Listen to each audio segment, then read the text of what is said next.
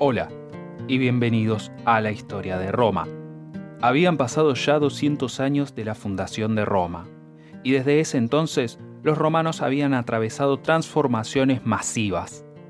En un principio, eran un atajo de pastores y rechazados, que se ganaban la vida vagabundeando y comerciando, para luego asentarse y trabajar los campos, labrar la tierra, cultivar.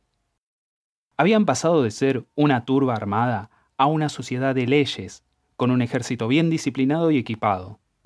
De ser una aldea advenediza a capital de la región, y ahora estaban listos para desafiar a una larga lista de enemigos por el control de toda Italia. Con los etruscos en el norte y los griegos en el sur, los romanos controlaban las tierras bajas en el centro de la península que habían conquistado durante la monarquía. Ahora miraban hacia las colinas y montañas del este de Italia para nuevas conquistas. Y como siempre, tenían que soportar los embates de las ciudades etruscas del norte. Este es el mundo en el que la República nació. Según la cronología legendaria, los reyes fueron derrocados en el 509 a.C., aunque esa fecha es un tanto sospechosa. Lo más probable es que tiempo después, los historiadores romanos muy patrióticos cambiaran la fecha de este evento para establecerse como una democracia un poco más antigua que la de Atenas, creada por Clístenes en el año 508 a.C. Los romanos siempre tenían problemas para creer que no eran los primeros y los mejores en todo, especialmente en la democracia, de la que tanto se enorgullecían. Así que es esperable que hayan alterado un poco su historia para ser mejor que los griegos. Sin datos concretos, otra vez, es difícil saber exactamente cuándo los reyes fueron expulsados. Así que tenemos que aceptar la historia tal cual nos ha llegado, marcando el 509. Como comenté en el primer capítulo, el saqueo de Roma por los galos en el 386 a.C. destruyó toda fuente primaria y documento. Por lo que nos queda es esta mezcla de leyendas y ficción histórica. Antes de encarar la historia de la temprana república, vamos a hacer una pausa un tanto extensa para establecer sobre quiénes estamos hablando ahora. Lo que pasa es que suelo decir que Roma hizo esto, los romanos hicieron aquellos, pero salvo algunas desambiguaciones, no expliqué mucho sobre la naturaleza de esta población. ¿Que eran una mente colectiva homogénea que estaba de acuerdo en todo y actuaban como una sola unidad? No, todo lo contrario. Había romanos ricos y romanos pobres, y romanos de clase media también. Había mujeres, hombres y niños. Había esclavos y libertinos, e inmigrantes y criminales, hombres honestos que trabajaban de sol a sol, y hombres perezosos que no hacían nada. Había prostitutas y vírgenes vestales, intelectuales y analfabetos. Como en toda sociedad, la ciudad de Roma estaba habitada por una enorme gama de individuos, cada uno con sus motivaciones, con su visión de mundo y sus sueños. Y como toda sociedad, los romanos no siempre se llevaban bien entre ellos, y muy seguido luchaban amargamente entre ellos para controlar y para liberarse del control de otros. Cuando se fundó la República, la población de Roma estaba alrededor de 180.000 habitantes. Esta población estaba dividida básicamente en dos grupos, los patricios y los plebeyos. Para decirlo de una forma bien clara, los patricios provenían de aquellas familias que podían rastrear su origen al centenar de senadores originales elegidos por Rómulo, y la plebe eran todos aquellos que no podían hacer esto. Generalmente hablando, la distinción entre patricio y plebeyo también seguía cierta división por clases económicas, aunque como veremos, nunca fue así de simple. En los primeros tiempos, el peso político de las clases estaba inversamente relacionado con su tamaño numérico. El pequeño grupo de patricios tenía el dominio sobre un enorme grupo de plebeyos. Y como dije en el anterior capítulo, las dos clases más ricas en Roma tenían entre ellas suficientes votos para anular cualquier posible oposición, y esas clases estaban hechas, en mayor parte, por los patricios para que los patricios hagan las reglas. Entonces, en un principio, este orden democrático era en realidad una oligarquía de acaudaladas familias aristocráticas, que modelaban la política para servir a sus intereses y no tenían intención de jamás dejar a nadie involucrarse en el proceso de toma de decisiones. No quiero adelantarme demasiado, pero la plebe, en especial la parte más rica de esta plebe, no tardó en demandar una mayor voz y voto en el gobierno. Esta tensión entre los patricios y la plebe dominaría la política romana por toda la duración del imperio. Fuera de esta división entre plebeyos y patricios, estaban todos aquellos que no tenían siquiera una denominación política, principalmente las mujeres, los esclavos y los inmigrantes.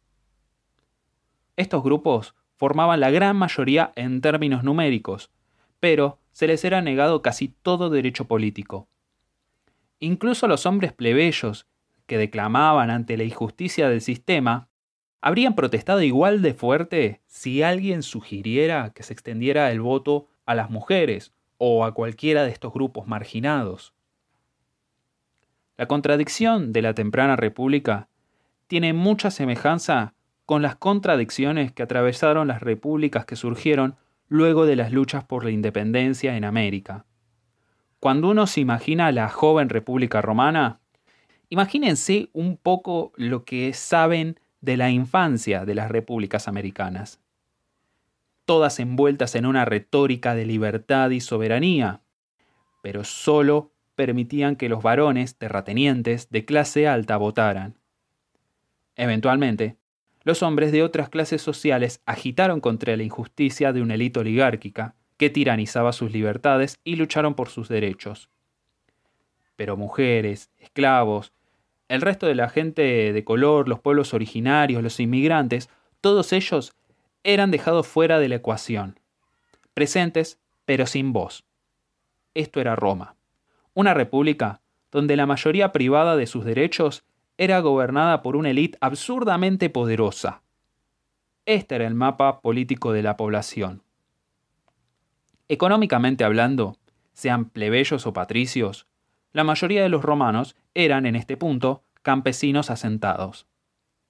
Pero tampoco era esto una utopía de ciudadanos terratenientes. Las tierras eran propiedad de una élite minoritaria, y el resto de la población trabajaba en ellas. Economía y política coincidían así como hoy en día, y la tensión entre propietarios y trabajadores era un reflejo de la distinción entre patricios y plebeyos. Los plebeyos reclamaban constantemente una redistribución de las tierras y los patricios bloqueaban todas estas leyes siempre que podían. En esta etapa de la naciente república, casi todo trabajo era hecho por los ciudadanos de las clases más bajas, estando presentes los esclavos, pero sin ser aún los cimientos sobre lo que se apoyaba todo el sistema. Las granjas producían básicamente dos productos: alimento para el mercado interno, granos y cereales por lo general, y cultivos para el intercambio externo, como el olivo y las uvas, y obviamente sus productos refinados, vinos y aceites. Los romanos construyeron a partir de las raíces establecidas por los etruscos, llevaron a cabo tratos beneficiosos para aprovisionarse de toda clase de bienes importados, dándole a la ciudad una especie de sabor cosmopolita. Pero, como en todo aspecto de la sociedad romana, los patricios controlaban las importaciones y exportaciones, y eran ellos quienes más se beneficiaban del comercio. No hace falta aclarar que la plebe sin tierra no se vestía con túnicas refinadas ni comían en vajilla de plata.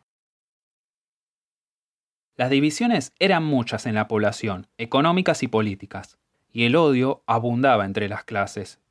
Pero al final del día eran todos romanos, y ponían sus diferencias a un lado cada vez que la ciudad era amenazada, aunque siempre retomaban sus rivalidades cuando el peligro pasaba.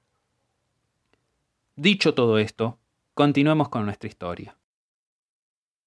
La tiranía de los reyes había sido desterrada para siempre.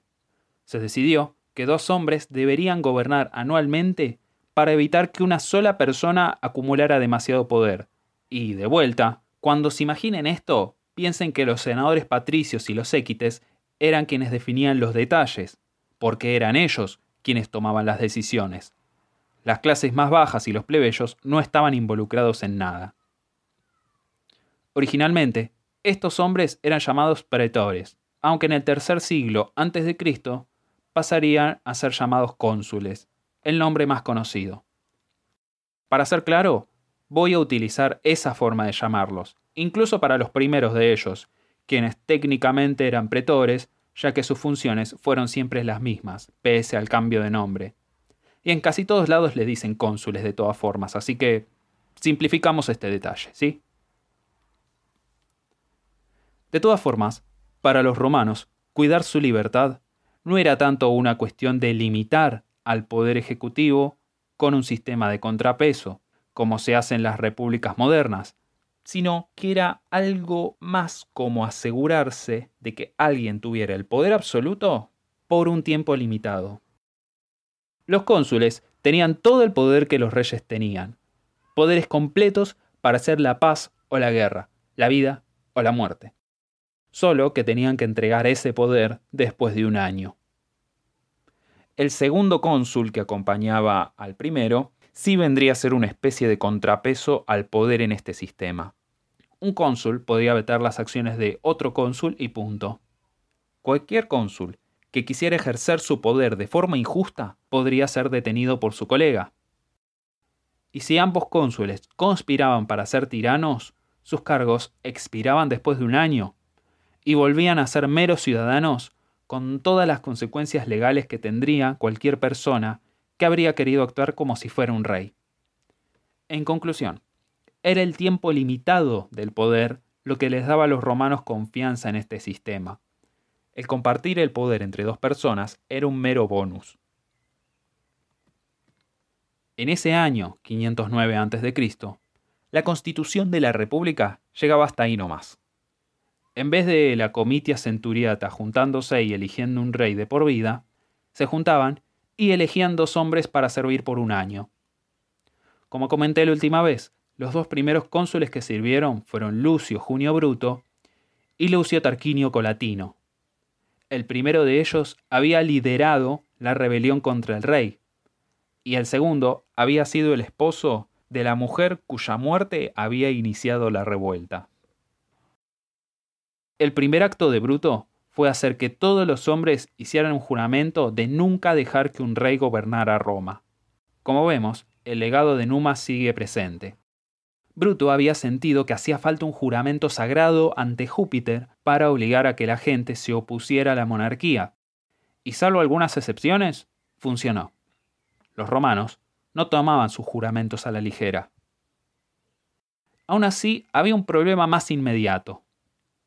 Colatino, como acaban de escuchar, llevaba el odioso nombre de Tarquinio, ya que era un pariente lejano del rey desterrado.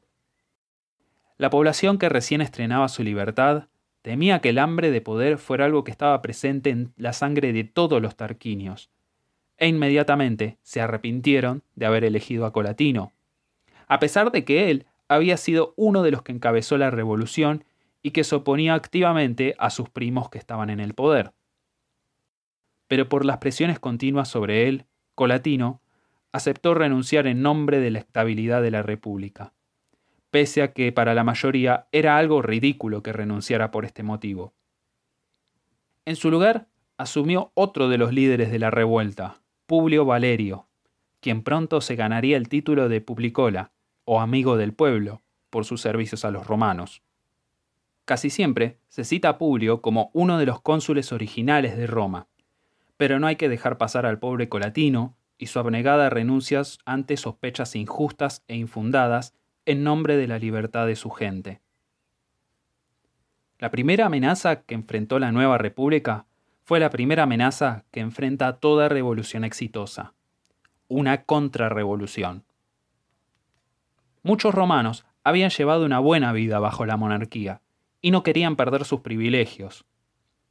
Una agrupación de jóvenes nobles, incluido un par de hijos de Bruto, conspiraron con enviados del exiliado Tarquinio para entregarle la ciudad y reinstaurar la monarquía. El complot fue revelado por el esclavo de uno de los nobles, y arrestaron a todos los implicados. Bruto estaba choqueado al ver a sus propios hijos como parte de la conspiración. Pero la evidencia no dejaba lugar a duda, confirmaba su culpa. Las penas por traición eran severas, y Bruto, pese a sus lamentos, no intervino y dejó que la sentencia fuera ejecutada. Los jóvenes conspiradores fueron atados a un poste, flagelados con látigos y luego decapitados. La decisión de Bruto fue celebrada por muchos romanos como un sacrificio patriótico, enseñando que hay que poner el bienestar del Estado por encima de todo, incluso de la propia familia, aunque para nosotros puede parecer que esta es una decisión brutal más que noble. La segunda amenaza que enfrentó la República fue la segunda amenaza que toda revolución exitosa enfrenta: la invasión de un enemigo oportunista, tratando de aprovechar las luchas internas que hay en la formación de un nuevo gobierno. Tarquinio, para ese entonces, se había refugiado en Veies y rogó a la nobleza local que lo ayudara a reconquistar Roma. Explicó que las ideas de una república podían difundirse por toda Etruria, destruyendo todas las familias reales de la región. Claro que los nobles de Veies tenían miedo de que sus súbditos contrajeran esa enfermedad llamada libertad, y creyendo que los dirigentes romanos estaban desunidos y luchando entre ellos sin un rey fuerte a la cabeza, aceptaron la propuesta de Tarquinio y atacaron. Para la sorpresa y consternación de Tarquinio y de los de Veies, Bruto y Publio fueron comandantes extremadamente hábiles, poniendo en fuga a todo el ejército de Veies con facilidad. Pero la batalla no estuvo exenta de tragedias para los romanos. En mitad de la pelea, Bruto, el liberador de Roma, fue muerto. Su cuerpo se trasladó a Roma y la ciudad se sumió en un duelo por un año entero. Publio ahora estaba solo y, como Colatino antes que él, fue víctima de las sospechas de las volubles y paranoicas masas. Después de la batalla con los veianos, Publio comenzó la construcción de una casa en la cima de Velia, una colina rica al norte del monte Palatino. La gente sospechaba que estaba construyendo una fortaleza desde la cual podría someterlos a todos.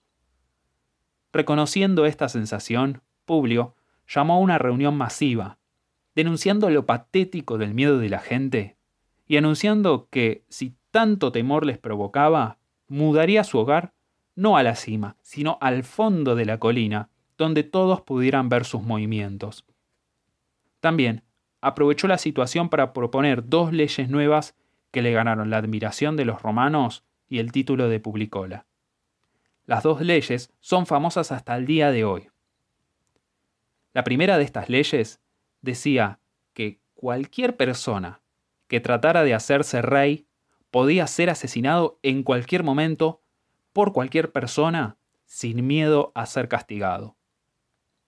Y la segunda decía que cualquier decisión de los magistrados podía ser rechazado por las asambleas del pueblo. Publio, aceptando el crédito por estas iniciativas democráticas, luego llamó a elecciones para llenar la posición del cónsul vacante. Marco Horacio Púlvilo fue elegido, luego de que el primer cónsul que ganó la elección muriera de vejez a los pocos días. Así se cierra el primer año de la República, con el liderazgo definido, el pueblo pacificado y Roma segura. En los próximos años, la tensión entre la plebe y los patricios dominará la República Romana, los patricios siempre temerosos de la tiranía de la muchedumbre, y la plebe que no veía diferencia entre los reyes desterrados y el Senado que ahora gobernaba. La próxima, nos meteremos de cabeza en este llamado conflicto de los órdenes, y veremos cómo la plebe vota con sus pies y demandan una voz en la supuestamente democrática república que tanto lucharon por crear.